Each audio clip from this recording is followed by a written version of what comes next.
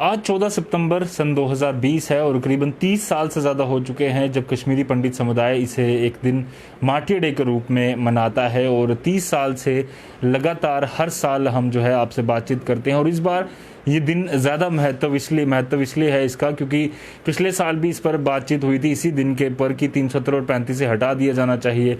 Kashmiri pandits के लिए काफ़ी ज़्यादा फ़ायदेमंद होगा और नए डेवलपमेंट के रास्ते जो है कश्मीरी पंडित्स के लिए खुलेंगे। और 14 सितंबर को बड़ी बहस इस पर हुई थी। इस पर हम कई सारे पहलुओं पर अलग अलग चर्चा करेंगे। हमारे साथ senior leader Bharatiya Janata party के अश्विनी चुरंगू जी मौजूद हैं। सर, स्वागत है आपका। नमस्कार अश्विन जी, सबसे पहले हमारे दर्शक ये जानना चाहेंगे कि माटी डे क्यों मनाया जाता है, क्योंकि कई अलग अलग थ्योरीज जो हैं अलग अलग इंटरनेट पर हमें मौजूद हैं और विकीपीडिया अगर सर्च करें तो 10 तरीके की अलग थ्योरीज हमारे सामने आ जाती है। एग्जैक्टली उस दिन क्या हुआ था और माटी डे क्यों?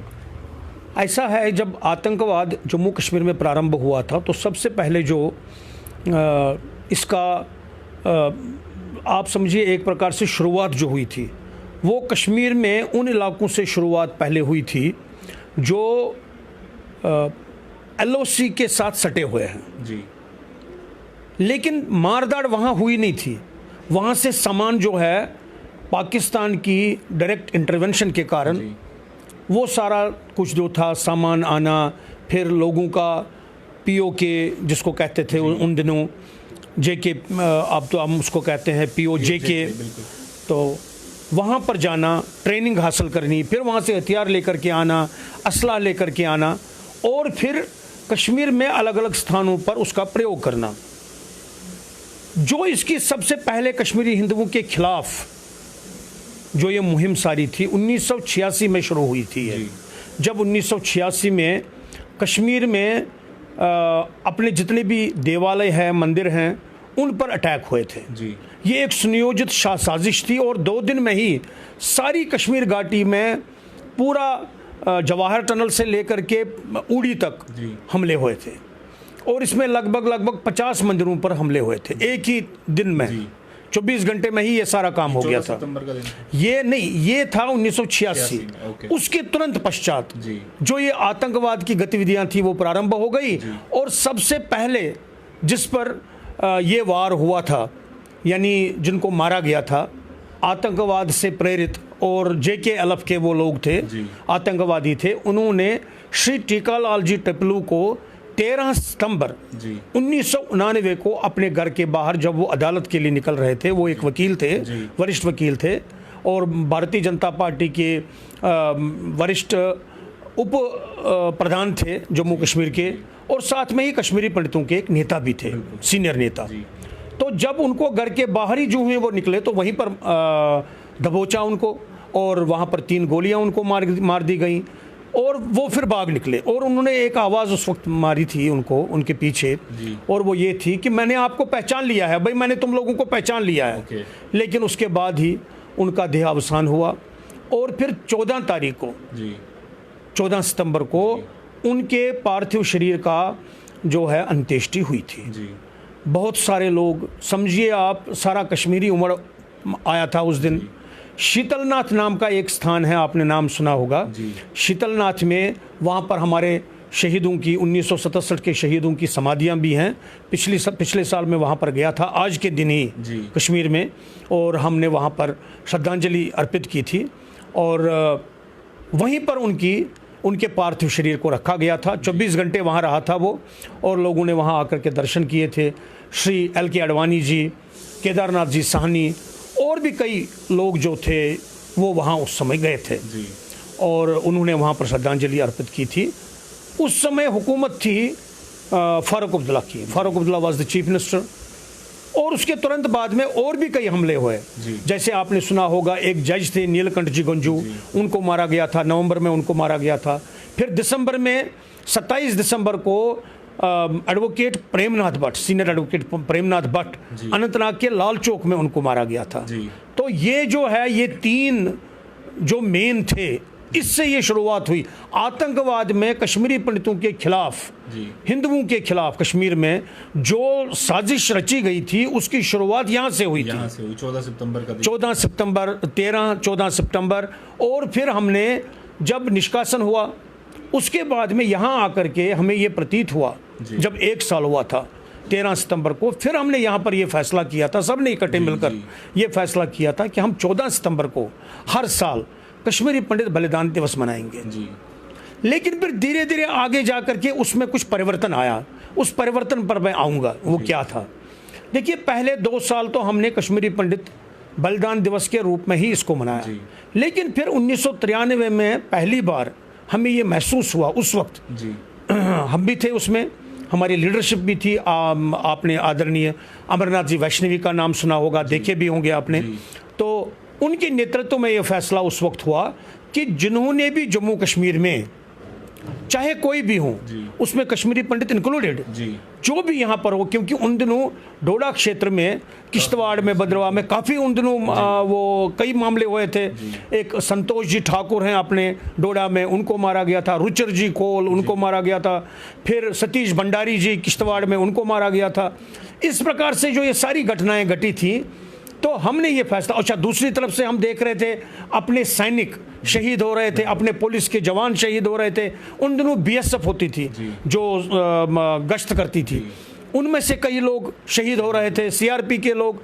तो फिर हमने ये फैसला किया कि कश्मीरी पंडित बलिदान दिवस जब हम मनाएंगे, हम केवल कश्मीरी पंडितों को उस दिन श्रद्धांजलि नहीं देंगे जो शहीद हुए हैं। जम्मू कश्मीर में आतंकवाद को लेकर के जितने भी लोग पिछले 30 वर्षों में शहादत पाए हैं, जिन्होंने, उन सबको हम आज के दिन जो है श्रद्धांजलि देते हैं, भाव अंजलि और फूल अंजलि जो है, पुष्पांजलि जो है, उनको अर्पित करते हैं। और ये सारे विश्व में होता है। मैं आपको एक और बात बताऊं, 13 और 14 सितंबर सारे विश्व में जहां पर भी कश्मीरी पंडित है, जम्मू कश्मीर का हिंदू है, दिल्ली या आप देखेंगे मुंबई, ग्वालियर, लखनऊ, हाँ पंजाब में, कई हर जगह जहां पर भी हम हैं वहाँ हम ये दिन मनाते हैं। और हम ये मानते हैं कि ये जो दिन है कश्मीरी पंडित, हम इसको बलिदान, मतलब जैसे आपने मार्टियर्स डे कहा, मार्टियर्स डे कम, और इसको हम कश्मीरी पंडित बलिदान दिवस के रूप में इस तरह से इसको मानते हैं। और सभी को आज के दिन हम श्रद्धांजलि अर्पित करते हैं। मैं आपको एक और सूचना भी दूं, आज से 5 वर्ष पूर्व तक हमारी एक संस्था है, युवक सभा, कश्मीर सनातन धर्म युवक सभा, उनका एक यज्ञ होता था। और आज के दिन हम उन सब शहीदों के लिए एक हवन करते थे, और पिंडदान भी उस दिन हो जाता था उनके लिए, आज के दिन करते थे सब शहीदों के लिए। तरह से उनको जो है वो श्रद्धांजलि दी जाए। अश्विन जी, 14 सितंबर का दिन जब भी कश्मीरी पंडित समुदाय द्वारा मनाया जाता है बलिदान दिवस के रूप में, तो एक बात जरूर हर साल निकलती थी कि आर्टिकल 370 और 35 को हटाया जाना चाहिए। पिछले साल भी इस पर काफ़ी चर्चा चली, मुहिम चली कि इसको जल्द से जल्द हटा दिया जाना चाहिए। उससे पहले भी कई बार बातचीत चलती रही, पर जब ये हटाया गया, आपको लगता है कि कहीं ना कहीं जो अटैक्स थे वो कम हुए? क्योंकि हम पिछले 1 साल में देख रहे हैं कश्मीरी पंडित हों या बाकी कई सारे नेता हों, जैसे वसीम बारी बीजेपी के नेता थे, इसके अलावा कई सारे पंच सरपंच, उन पर भी लगातार अटैक्स हो रहे हैं। तो इस दिन के लिए जो लगातार बात की जा रही थी कि आर्टिकल 370 हटाया जाना है, उसका फायदा कुछ हुआ? देखिए, सबसे बड़ी बात है, आर्टिकल 370 जो है वो एक दीवार था, वो एक हैट्रेड का दीवार था, नंबर 1। नंबर 2, उसने एक state with in A state create किया था। अब अपने ही देश में एक और देश का निर्माण हो गया था। इतना ही नहीं, अलग कानून, अलग प्रकार से यहाँ की व्यवस्था, अलग एक संविधान, और फिर एक निशान, एक विधान, एक प्रधान। वहाँ पर भी हम देख रहे थे, यहाँ पर 2 निशान थे, यहाँ पर 2 विधान थे। ये एक प्रकार से एक पॉलिटिकल दृष्टिकोण से देखें तो ये एक साइकोलॉजिकल बैरियर था। और बहुत बड़ी बात इसमें यह थी कि अपनी जितने भी माताएं हैं, बहनें हैं, उनके साथ में आर्टिकल 370 और 35A ने काफ़ी सारा उत्पीड़न किया था। उनको सेकंड रेट और थर्ड रेट सिटीजन के रूप में यहाँ पर स्वीकार किया जाता था। अगर वो किसी जम्मू कश्मीर के किसी बाहर के व्यक्ति से शादी करते तो उनके यहाँ पर जितने भी अधिकार थे वो समाप्त हो जाते। इतना ही नहीं, यहाँ पर आप देखते होंगे कि वेस्ट पाकिस्तान रिफ्यूजीज काफ़ी लोग थे, 12 लाख के करीब, तो उनका यहाँ पर कोई अधिकार ही नहीं था। They were as equivalent to as third class citizens. अच्छा, इतना ही नहीं, यहाँ पर हमने एक और चीज़ देखी थी। देखिए, यहाँ पर 60 के दशक में कई परिवारों को पंजाब से लाया गया था, जो यहाँ पर सफाई कर्मचारी के तौर पर आए थे। तब से लेकर के आज तक 60 वर्ष हो गए, वो बेचारे वैसे के वैसे थे, थर्ड क्लास सिटीजन के रूप में यहाँ पर रह रहे थे। उनको भी कोई अधिकार नहीं था, ना स्कॉलरशिप लेने का अधिकार था, ना कहीं पर नौकरी करने का अधिकार था, और ना कहीं पर उनको स्पॉन्सर करने का अधिकार था। यानी ये सारी चीज़ें जो थी, वो यहाँ पर लोन नहीं ले सकते थे। यानी ये सारी चीज़ें जो थी, ये इन सब तबकों के लिए ना केवल फंडामेंटल राइट्स की दृष्टि से, ह्यूमन राइट्स की दृष्टि से उत्पीड़न था, ह्यूमन राइट्स वायलेशन थी, बल्कि ये एक और चीज़ भी था, ये एक्सप्लॉइटेशन भी थी।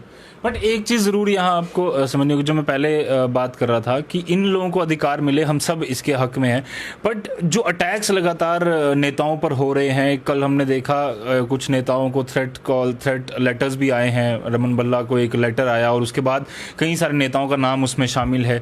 इसके अलावा अटैक्स कश्मीर में लगातार हो रहे हैं, पर 370 हटाकर जो भारतीय जनता पार्टी अचीव करना चाहती थी, कश्मीरी पंडित्स के लिए एक ऐसा सेफ प्लेस तैयार करना चाहती थी जहाँ पर फिर से उनको पुनर्स्थापित किया जाए, आपको लगता है वो अचीव हो पा रहा है? देखिए, दो चीज़ें ये अलग अलग है। पहली चीज़ कि आतंकवाद, और दूसरा चीज़ कश्मीरी पंडितों का कश्मीर में पुनर्स्थापना। जहाँ तक आतंकवाद की बात है, मैं स्पष्ट एक बात करना चाहता हूँ। देखिए, कश्मीरी पंडितों का कश्मीर में अभी पुनर्स्थापित होने का समय नहीं आया है।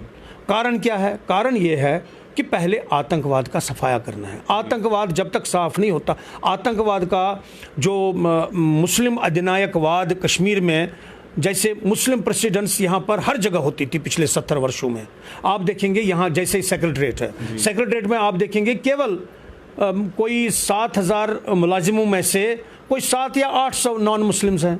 ऐसा क्यों है? ये यही नहीं है। आप देखेंगे सारे प्रदेश में हर स्तर पे, चाहे वो राजनीतिक हो, चाहे वो कॉन्स्टिट्यूशनल हो, चाहे वो एडमिनिस्ट्रेशनल हो, या चाहे वो बिजनेस वाइज हो, हर जगह आप देखेंगे यहाँ पर पहले मुस्लिम प्रेसिडेंट्स हुआ करती थी, हर जगह। अब चूंकि उस मुस्लिम प्रेसिडेंट्स को बदलने का प्रयास पिछले 1 साल से प्रारंभ हुआ है, और हम ये मानते हैं कि अब जिस प्रकार से हम शासन व्यवस्था को देख रहे हैं, या जिस प्रकार से पॉलिसी गाइडलाइंस आ रही हैं, उसमें अब ये संभव होगा कि ये मुस्लिम प्रेसिडेंट्स जो है वो समाप्त होगी, धीरे धीरे करके समाप्त होगी। लेकिन इसमें एक चीज़ है, देखिए, जो कश्मीर में पिछले 70 साल से एक सिस्टम है, वो 1-2 दिन में समाप्त नहीं होने वाला, उसमें समय लगेगा, और समय के रहते धीरे धीरे करके ये समाप्त होगा। हाँ, पहल हमारी ज़रूर है। देखिए, मोदी जी ने और अमित शाह जी ने जिस प्रकार से इसमें मैं तो ये कह रहा हूँ कि not only the first foot forward, बल्कि वो तो पूरा जिसे कहते हैं बोथ फुट फॉरवर्ड करके आ गए हैं आगे। और ये अब मामला मतलब अभी नहीं तो कभी नहीं वाला हो गया है। आतंकवाद का सफाया जब तक नहीं होता, कश्मीरी पंडित का कश्मीर में फिर से पुनर्स्थापना ये संभव नहीं है। लेकिन अब क्या हो गया है, आर्टिकल 370 की समाप्ति से मार्ग प्रशस्त हो गया है। जो पहले हम सोच रहे थे ये कैसे होगा, अब ये चिंता नहीं है कैसे होगा। पहले हम सोच रहे थे कि देखिए, कश्मीरी पंडित आर्टिकल 370 नहीं मानता, देखिए कश्मीरी पंडित 35A को समाप्त करना चाहता है, कश्मीरी पंडित ये कहता था कि हमें 2 संविधान मंजूर नहीं है, या इस तरह की कई बातें, रिऑर्गेनाइजेशन ऑफ स्टेट वगैरह। ये जो मार्ग प्रशस्त हो गया पिछले 1 साल से, कश्मीरी पंडितों की जो टोटल डिमांड्स थी, पॉलिटिकल डिमांड्स, उनमें से तो 75% पूरी हो गई हैं। अब एक जो डिमांड है वो है पुनर्स्थापना का मार्ग। उसके लिए, पुनर्स्थापना के लिए 2 चीज़ें बड़ी आवश्यक हैं। मैंने पहले भी कही हैं, मैं अब भी कहता हूँ। पहली क्या चीज़ है, देखिए 1986 से लगातार आज तक जितना भी कश्मीरी पंडित के साथ में आतंकवाद के मार्फत अन्याय हुआ है, अभी तक एक्सेसेस हुई हैं, जिनोसाइड हुआ है, इथनिक क्लींजिंग हुई है, फिर एक्सोडस हुआ है, उस दृष्टि से हमने मांग की है, कश्मीरी पंडितों की मांग है कि स्पेशल क्राइम्स ट्रिब्यूनल बनना चाहिए। इसमें भाजपा ने हमेशा इसका समर्थन किया है। फिर हमने ये कहा है कि एक कश्मीर में जितना भी कुछ हुआ है, नॉट ओनली कश्मीर, बल्कि आतंकवाद की दृष्टि से पिछले 30-35 वर्षों में जम्मू कश्मीर में जितना भी जो भी कुछ हुआ है, उत्पीड़न हुआ है, चाहे वो कहीं पर भी रहने वाला हो, उस दृष्टि से एक स्पेशल क्राइम्स ट्रिब्यूनल बनना चाहिए। भारतीय जनता पार्टी ने पहले से ही इसमें सपोर्ट किया है, और बाकी संस्थाओं ने भी इसमें सपोर्ट किया है। तो ये जो 2 चीज़ें हैं कि एक ये स्पेशल क्राइम्स ट्रिब्यूनल होना चाहिए। दूसरा, मंदिरों के लिए एक बोर्ड होना चाहिए। मंदिरों के, कश्मीर में जितने भी सारे मंदिर हैं उन सब के लिए एक बोर्ड हो। ये जो बड़ा आवश्यक, अब ये दोनों, मैं तो ये कह रहा हूं, both these things are prelude to return of Kashmiri Pandits in Kashmir. Ashwin ji, इसके अलावा जब तक ये बात, जैसे आपने कही कि सारी तरह से चीज़ें उनके फेवर में नहीं होती, तब तक वापस जाना काफ़ी मुश्किल है। बट सबसे पहले जो लोग जम्मू में या अलग अलग जगहों पर रह रहे हैं, उनके लिए किस तरह के रिफॉर्म्स पिछले कुछ समय में लाए गए, या एक साल की हम आंकलन कर लें तो उसमें किस तरह के प्रयास किए गए ताकि जो कश्मीरी पंडित जम्मू में रह रहा है या अलग अलग इलाकों में जा रहा है उसको वो राइट्स मिले, वो अधिकार मिले जो इतनी देर से वो वेट कर रहा था? देखिए, आपके माध्यम से आपने बड़ा अच्छा सवाल पूछा, आज के दिन पूछा, लोगों को पता लगना चाहिए, ये तो आम लोगों के लिए है। देखिए, जम्मू कश्मीर सरकार की दृष्टि से, प्रशासन की दृष्टि से एक बहुत बड़ी पहल हुई है। मैं तो उसके लिए जम्मू कश्मीर सरकार को, स्पेशली DMRR डिपार्टमेंट को और रिलीफ कमिश्नर ऑफिस को मुबारकबाद देता हूँ। Citizen charter relief commissioner office का जो है वो फाइनलाइज हुआ है और वो उन्होंने अपनी वेबसाइट में भी चढ़ाया है। उसके माध्यम से हर काम के लिए समय है। आप किसी भी काम के लिए रिलीफ कमिश्नर ऑफिस में जाएंगे तो वहां उस काम के लिए नियत समय है। देखिए, डोमिसाइल का इशू जो है वो एक स्पेशल इशू है, क्योंकि बहुत सारे लोगों का डोमिसाइल सर्टिफिकेट चाहिए और वो रजिस्ट्रेशन उन्होंने करनी है जो बाहर हैं। वो एक स्पेशल इशू है, उसमें हो सकता है बैकलॉग हो, वो पूरा करना है, वो उसको एक तरफ रख करके जो नॉर्मल रूटीन का काम है, जैसे आपका राशन कार्ड है, जैसे राशन कार्ड स्लिप है, जैसे बाइफर्केशन ऑफ राशन कार्ड है, जैसे स्टेट सब्जेक्ट सर्टिफिकेट पहले होती थी, अब दूसरी डोमिसाइल, या इस तरह के जितने भी काम हैं, किसी को राशन कार्ड में से उतारना है, किसी को चढ़ाना है, ये सारे काम जो हैं इनके लिए एक नियत समय तय किया गया है और वो समय जो है हर काम के लिए अलग अलग है और वो वहां पर डिस्प्लेड है। अब ये ऐसा होगा कि वहां पर बोर्ड भी लगेंगे जहां जहां पर भी रिलीफ कमिश्नर्स ऑफिस हैं। चूंकि कोविड की दृष्टि से थोड़ा मामला सुस्त होता है, कई लोग ऑफिस नहीं आते, फिर ऑफिस में हम देख रहे हैं कि वहां पर भी केसेस हैं, तो उस कारण से हो सकता है थोड़ा सा इसमें समय लगे। अदरवाइज हर जगह बोर्ड्स लगेंगे।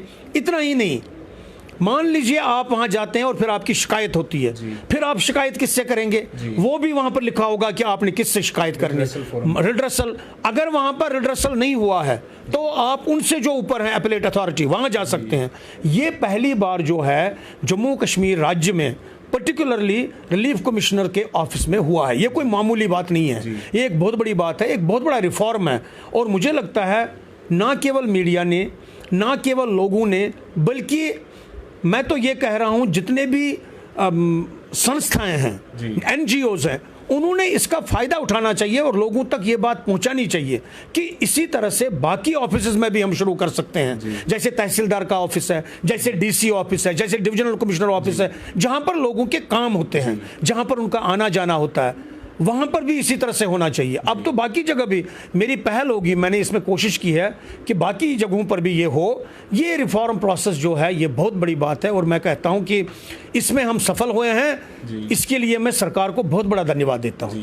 जाते थे एक बार ज़रूर हम कहेंगे कि हम भी उन सारे शहीदों को श्रद्धांजलि देते हैं जितने भी लोग 30 साल में मिलिटेंसी की वजह से जो है हमने गंवाए हैं, और उम्मीद करते हैं कि कश्मीरी पंडित समुदाय के लिए नहीं बट हर किसी के लिए कश्मीर में ऐसा माहौल बने कि आराम से वो रहें, बिना किसी चिंता के और बिना किसी डर के वो खुले कश्मीर में जो जन्नत कहा जाता है वहाँ पर सांस ले सके। धन्यवाद पूरी बातचीत के लिए सर। बहुत बहुत धन्यवाद, नमस्कार। तो ये थे हमारे साथ अश्विनी चुरंगू जी, जो कि कश्मीरी पंडित समुदाय के लिए एक महत्वपूर्ण नेता हैं, कई सारे मंचों पर बात रखते रहते हैं और आज बलिदान दिवस के मौके पर हमसे पूरे हिस्ट्री से लेकर अभी तक क्या चीज़ें हुई उस पर अपनी बात जो है वो साझा कर रहे थे। उम्मीद है कि कश्मीरी पंडित समुदाय के लिए, जिस तरह से मैंने पहले कहा, कश्मीर में ऐसा माहौल बने कि एक बार फिर से इनका पुनर्स्थापन हो पाए। कैमरामैन अंकुश सेठी के साथ Ajat Vora, the news now, Jammu.